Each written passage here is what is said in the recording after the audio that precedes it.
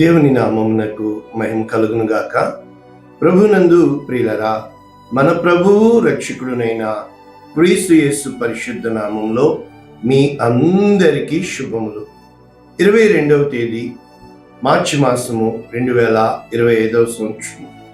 ఈరోజు దేవుడు నిన్ను ప్రేమించి నీకు ఇస్తున్న అద్భుతమైన శ్రమల కాల ధ్యానం. పౌలు గారి స్టేట్మెంట్: నేను దేని నిమిత్తము పట్టబడితినో దానిని పట్టుకొనుట వలనని పరిగెత్తుచున్నాను. నేను దేని నిమిత్తము పట్టబడితినో దానిని పట్టుకొనవలనని పరిగెత్తుచున్నాను. ఫిలిప్పీలకు రాసిన పత్రిక 3వ అధ్యాయం 12వ వచనం.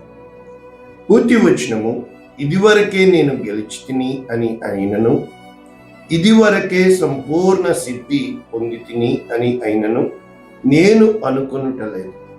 కానీ నేను దేని నిమిత్తము క్రీస్తు యేసు చేత పట్టబడితినో దానిని పట్టుకొనవలనని పరిగెత్తుచున్నాను. ఇది వాక్యము పూర్తి వచనం. అయితే ఇంగ్లీష్లో ఈ విధముగా ఉంది. New living translation.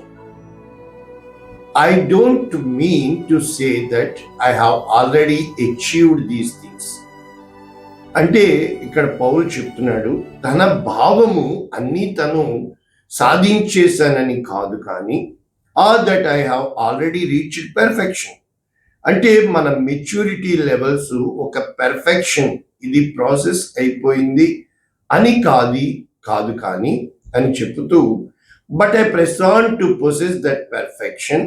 అంటే నేను నా జీవితంలో అడుగడుగున లక్ష్య సాధన కోసము నేను శ్రమపడుచు, for which Christ Jesus first possessed me. అంటే దేని నిమిత్తము క్రీస్తు యేసు ప్రభుల వారు నన్ను నియమించి ఉన్నారో దాని నిమిత్తము నేను ఈ కార్యాలు చేయుచున్నాను. ఇది ఇక్కడ చెప్పబడుతున్న వాక్యము, వాక్య ధ్యానాలు.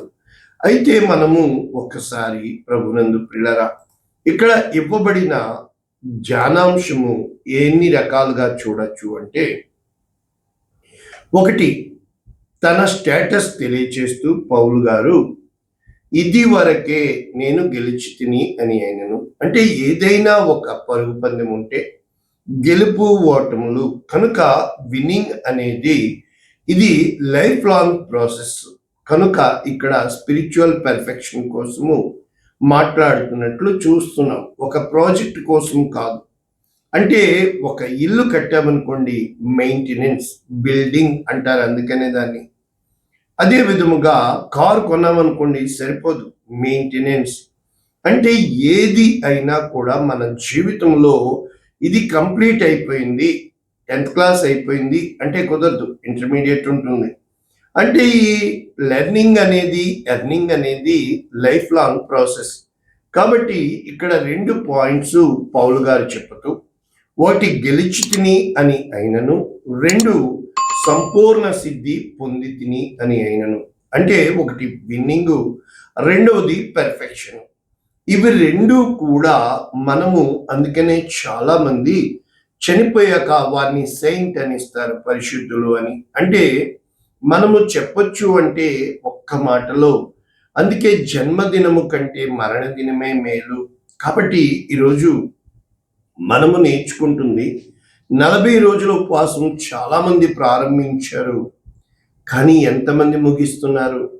బైబిల్లో, పరిశుద్ధ గ్రంథంలో మనం చూసినప్పుడు ఎంతో మంది ప్రారంభించారు, అయితే బహు తక్కువ మంది ముగించారు. యేసు క్రీస్తు ప్రభుల వారు సైతము గెత్సెమనే తోటలో ఎంతగా ఆయన వేదన చెందుతూ చెమట బిందువు రక్తము వలె మారునంతగా ఆ శిలువ బలియాగమునకు వెళ్లే ముందు, తండ్రి నీ చిత్తమైతే ఈ గిన్నె నా యొద్ద నుండి తొలగించుము అని యేసు ప్రభు వారి ప్రార్థన తండ్రి వినలేదు. అంటే ఆయన కూడా ఆ కార్యం చేయకపోతే ఎందుకు రూపాంతర కొండ మీదకి మోషే, ఏలియాలు వచ్చారంటే, మోషే పరిచర్య యెహోషువాకి, ఏలియా పరిచర్య ఎలీషాకి అప్పగించబడింది. ఈ రోజున మన జీవితంలో ప్రభునందు ప్రియులరా, దేవుడు సమస్తము చేయగలడని, ఆయన సర్వశక్తిమంతుడని అయినప్పటికీ ఆయన చేతిలో ఇమిడిపోయే మనము ఎప్పుడైతే సాధనముగా ఉంటామో, ఆయన పరమ కుమ్మరి, మనము మంటి, అదే విధముగా ఆయన కమ్మరి, మనము ఆయన చేతి పనిముట్టు, అదే విధముగా ఆయన బలవంతుడు, ఆయన యొక్క ఆ బాణముల అంబుల పొదిలో మనము బాణము, ఇలాగ ఎన్నో చెప్పొచ్చు. అంటే ఆయన చేతిలో రొట్టెగా మనము ఇమిడిపోయినప్పుడు మనల్ని ఖచ్చితంగా ఆ ప్రాసెస్ గుండా విరగగొట్టబడతాము. 5,000 మందికి ఆశీర్వాదముగా మారుతాం. ఇక్కడ లైఫ్ గోల్ ప్రతి ఒక్కరికి కూడా ఒక అచీవ్మెంట్ అనేది ఉంటుంది. దీన్ని విజన్ అంటారు.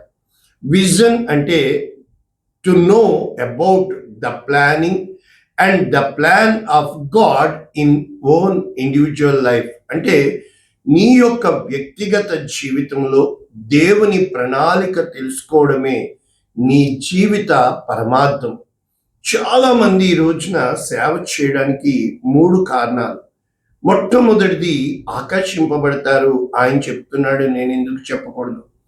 రెండవది వీళ్ళందరూ అయ్యగారు అంటున్నారు, నేను ఆ స్థానంలో ఉండాలి. ఇక మూడవది ముఖ్యంగా నేను ఈ విధముగా ఉండాలి అనే గొప్ప తలంపు వాళ్ళల్లో కార్యమవుతుంది. కానీ ఈ 3 కాదు సేవకి.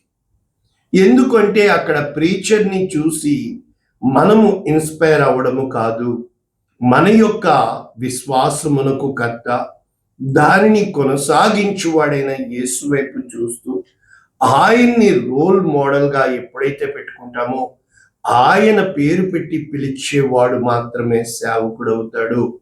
అంటే ఈ 3 సంఘాలు ఎలా ఉంటాయంటే, తనకి తానే సేవకుడిగా నాకు దేవుడు చూపించాడు అని మొదలుపెట్టే సంఘం ఒకటి.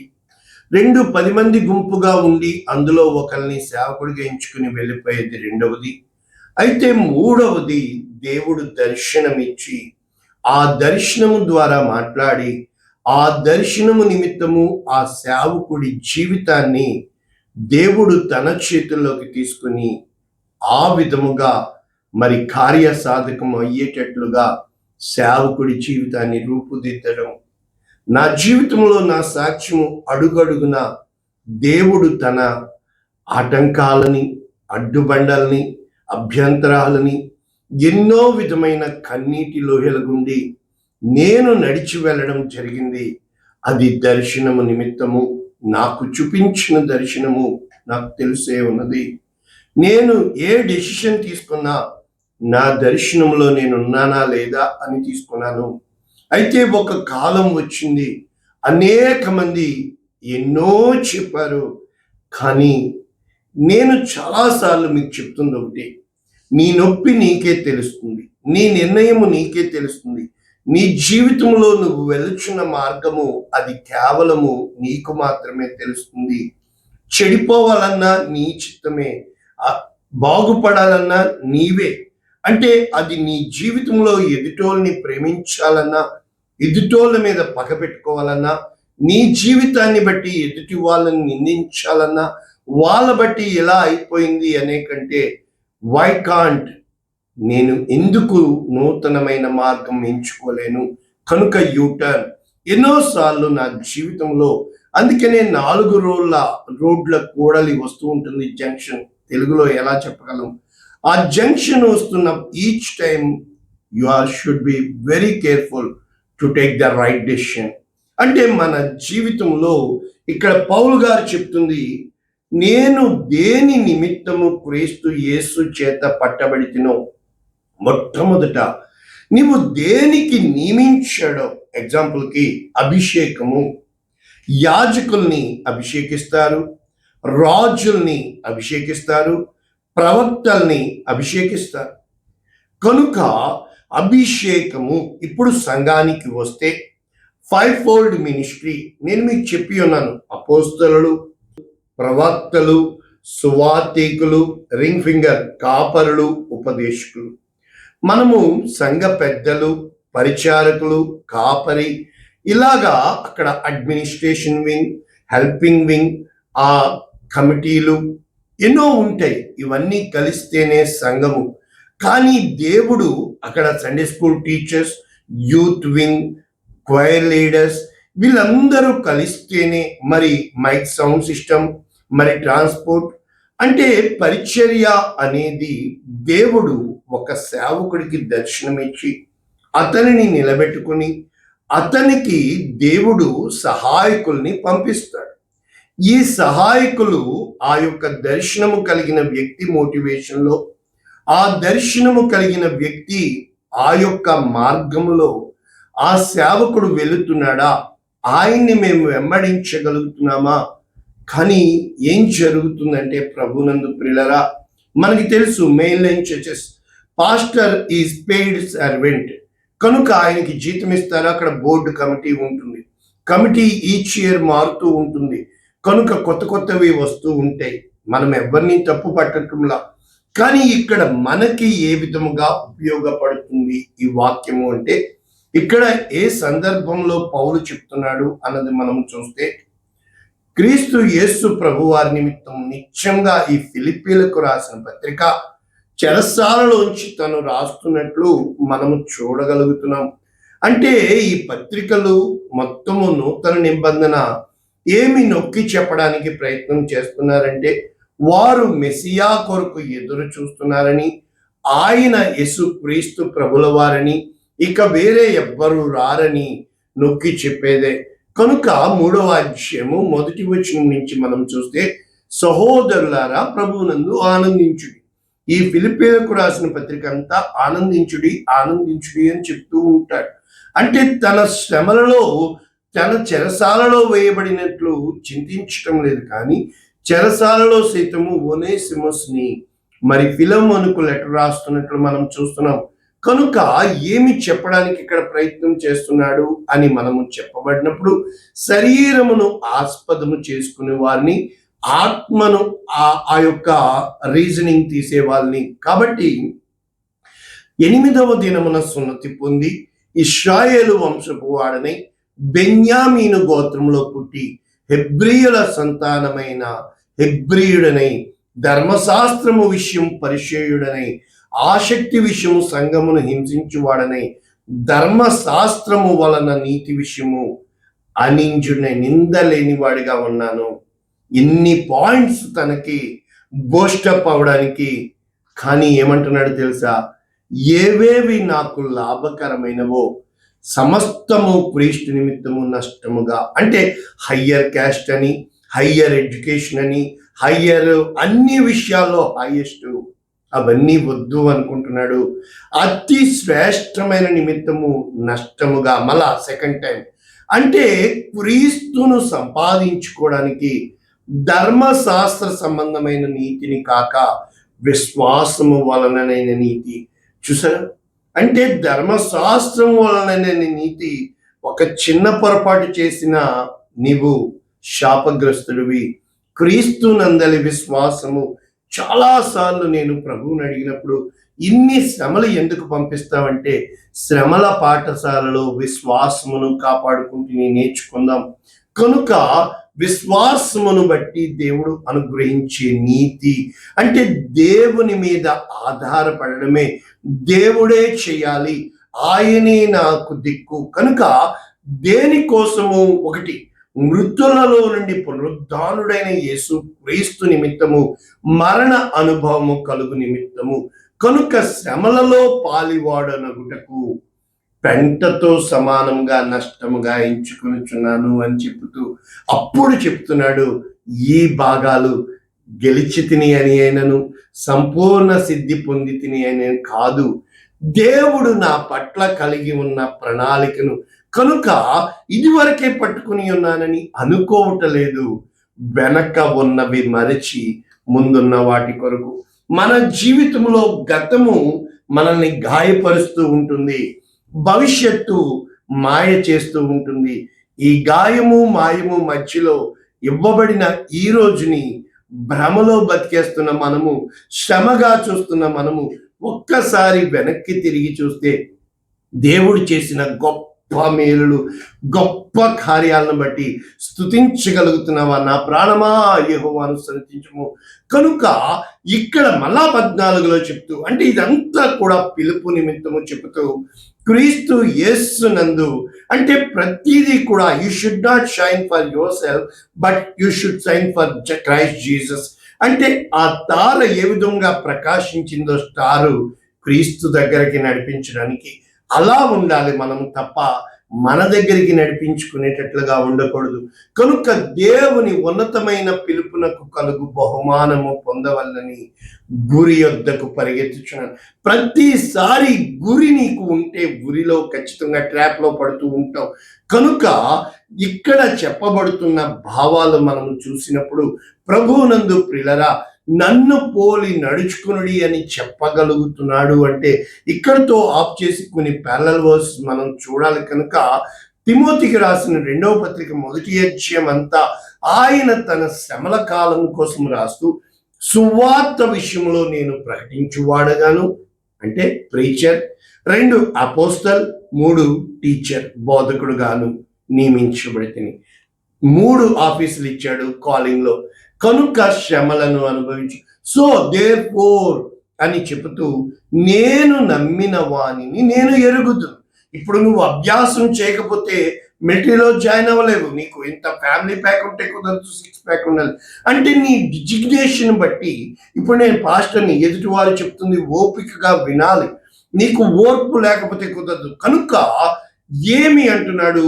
నేను అప్పగించిన, అంటే దేని విషయము నేను సమర్పించుకున్నానో అది ఆయన నా పట్ల నెరవేరుస్తాడు అని చెప్పి, క్రీస్తు యేసునందు ఉంచవలసిన విశ్వాసము, ప్రేమ కలిగిన వాడనై అని ఇక్కడ ఎన్నో చెప్పబడుతున్నట్లు మనము చూస్తున్నాం. అంటే అర్థం ఏంటంటే, ప్రభునందు ప్రియులరా, విశ్వాసమునకు కర్త. ఎలా ఉంటుందంటే మార్గంలో సులువుగా చిక్కులు పెట్టే పాపం ఒక చిన్న మాట కావచ్చు, అయితే నిన్ను దారి తప్పించేస్తుంది. ఎప్పుడూ కూడా నీవు యేసు వైపు చూస్తున్నావా లేదా, సిలువ వేయబడిన యేసు వైపు చూస్తున్నావా లేదా అంటూ నీ ముందు ఉంచబడిన పరుగు పందెంలో ఓపికతో నువ్వు, ఎందుకంటే ఆ ఆనందము నిమిత్తము 1 అవమానమును నిర్లక్ష్యపెట్టి, 2 సిలువను సహించి ఆ యుద్ధంగా నువ్వు వెళితే తప్ప అంటూ తిమోతికి రాసిన పత్రిక 2వ పత్రిక 4వ అధ్యాయము 5వ వచనం నుంచి అన్ని విషయములలో మితముగా ఉండాలన్నమాట. You should be in control. 1 శ్రమ పడాలా, సువార్తికని పనిచేయాలా, అప్పుడు పరిచర్య సంపూర్ణమవుతుంది. అప్పుడు చెప్పుతూ అంటాడు పౌలు, నేను ఇప్పుడే పానార్పణముగా నేను వెళ్ళిపోతున్నాను. 1 మంచి పోరాటం I fought a good fight. దేని విషయము? నా పరుగు కడముట్టించింది. అక్కడ చెప్పాడు, ఇక్కడ ముగిస్తున్నాడు. I have finished my race. విశ్వాసం అంటే నీవు విశ్వాసము కాపాడుకోకుండా, నీకు ఇవ్వబడిన దర్శనము నిమిత్తము నీవు వెల చెల్లించకుండా అని చెబుతూ, ఇక మీదట నీతికి the crown of righteousness he has prepared for me. కనుక నీతి గల న్యాయాధిపతి అయిన ప్రభువు నాకు మాత్రమే కాక అనేక మంది మీలో ఎవరైతే, అయితే క్వాలిటీస్ ఏముండాలా? తిమోతికి రాస్తూ 1 పత్రిక 6వ అధ్యాయం 11వ వచనం, దైవజనుడా నీవు వీటిని విసర్జించి, అంటే ధనాపేక్ష సమస్తమైన కీడునకు మూలం. 1 నీతిని, 2 భక్తిని, అంటే రైటియస్నెస్, గాడ్లీనెస్, విశ్వాసము అంటే the faith, Prema the love, and ఓర్పు అంటే పేషెన్స్, సాత్వికం అంటే మీక్నెస్ సంపాదించుకున్నటకు ప్రయాసపడము. చూసారు? అంటే నీతి అంటే మనకి నీతి కాదు, స్వనీతి కాదు, దేవుని నీతి, దేవుని నమ్మడమే నీతి, అది పునాది. 2వది భక్తి అంటే దేవుని ఆరాధించడమే భక్తి, దేవుని ఘనపరచడమే భక్తి, దేవుని హెచ్చించడమే భక్తి. 3వది విశ్వాసం. ఎస్, నేను నమ్మని, ఏమన్నా అయిపోయి, ఏదేమైనా ఏమైపోతామో అనేది భయము, ఏదేమైనా అనేది ధైర్యం. కనుక ప్రేమను, ముఖ్యంగా ప్రేమ లేకుండా నీవు ఏమి చేసినా వ్యర్థము. ఓర్చుకో, నా ప్రాణమా ఓర్చుకో.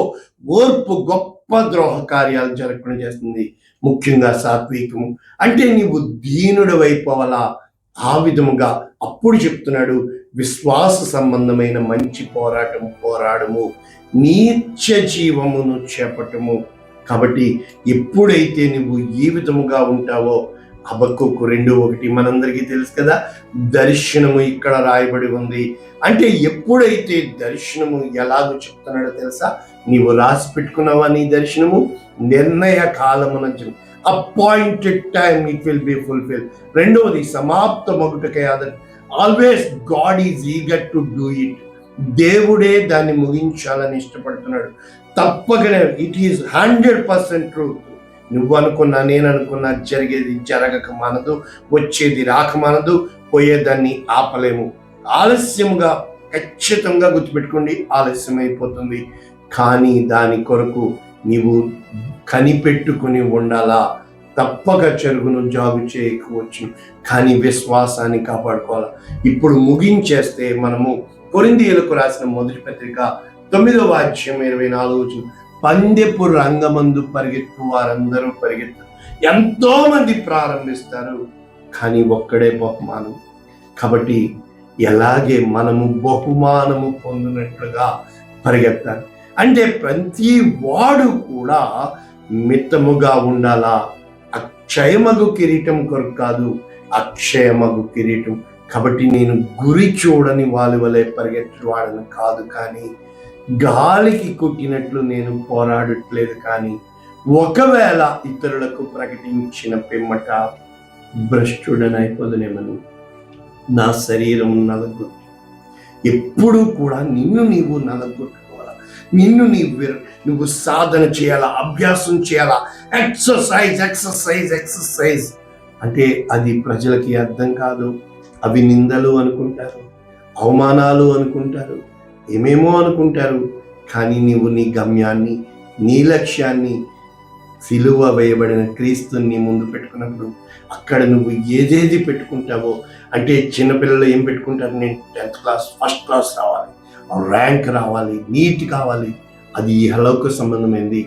పరలోకంలో దేవా నీ చిత్తం చేయుటకు నన్ను ఎంచుకున్న దేవా, నీ కృపలో ఎలా ఉండగలను ప్రభా, ఏం చేయమంటావు ప్రభా, చెప్పే ప్రభా, ఎలా ఉంటే నీకు ఇష్టం ప్రభా, నన్ను ఏం చేసేయమంటావు ప్రభా, చెప్పేనాయనా అని ఏ రోజునైతే మనం అంటామో ప్రార్థన చేయాల. పరిశుద్ధుడా, ప్రేమ కలిగిన తండ్రి, విత్తబడిన వాక్యమును నిండారులుగా దీవిస్తూ ఎంతమంది ఈరోజు వారి జీవితాలు నీకు సమర్పించుకుంటున్నారో వారి కుటుంబాలు నీ చేతులకు ఇస్తూ, బిడ్డల పరీక్షలు రాస్తున్నారు మీ చేతులకు ఇస్తూ, అనేక మందికి ఆశీర్వచనముగా నజరుడైన యేసు శ్రేష్టమైన నామున ఈ వాక్యాలు దీవెనకరంగా చేయమని యేసు నామమున దీవిస్తున్నాము తండ్రి. ఆమేన్. God bless you all. దేవుడు మిమ్మల్ని దీవించుగాక. ఆమేన్.